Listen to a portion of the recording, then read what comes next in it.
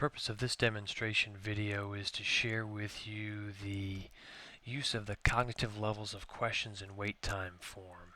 So let's go ahead into the system and take a look at a completed form. Before we get into the nuts and bolts regarding this particular form, I want to talk a little bit about uses for this form and kind of setting the stage with teachers. It could be that at the beginning of the year, let's say first month of school, that classroom scans that you and your administrative team have conducted reveal that a particular teacher could use some professional development in the area of questioning.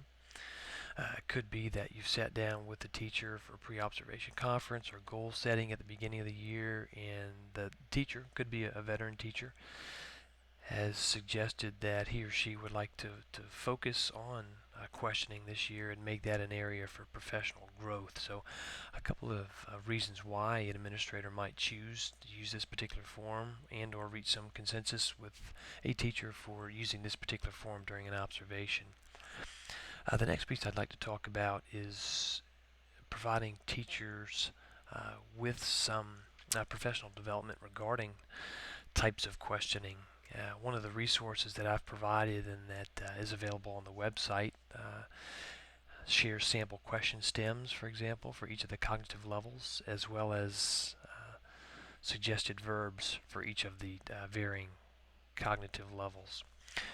When taking a look at this particular form, it actually captures two things. It allows the observer to tag various questions that are asked and categorize them as one of the different cognitive levels, and it also allows the observer to record wait time in seconds. So the way the form works, I'm in the classroom observing. The teacher asks the first question. Perhaps I've even got next to me the resources that I mentioned a moment ago. And so the teacher has asked a question. I'm looking at my question stems, and I've tagged that as a remembering question.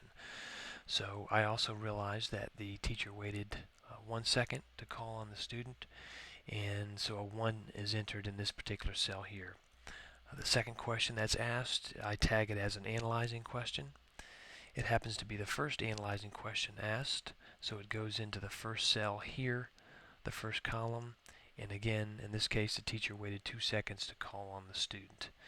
And so the way the database is set up, or this particular form is set up, is that I will go in and capture this information, and then I will sum total questions asked.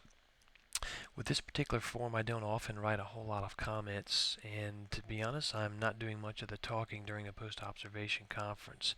This particular form is very objective, and often teachers will come in a post-observation conference and a couple of things will stand out. It could be one, initially using this form, that they realize right away that they aren't providing much wait time and allowing students ample time to process questions, whether that's in a self-contained special education classroom, an inclusion classroom, a gifted clustered classroom, or a heterogeneously mixed classroom. Often that is a topic of conversation during a post-observation conference.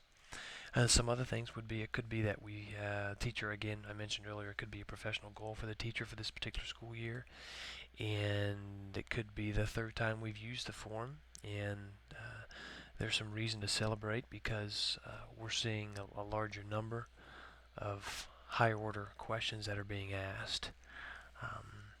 Sometimes you'll see a great deal of lower level questions, remembering and understanding, and particularly in a review lesson. And if that's the case, I'll often note that in the comments section below that this was a review lesson. But again, this form is fairly straightforward, and it's one of the more popular forms, particularly that teachers like to receive feedback on, and it's one that often generates some great dialogue during a post-observation conference.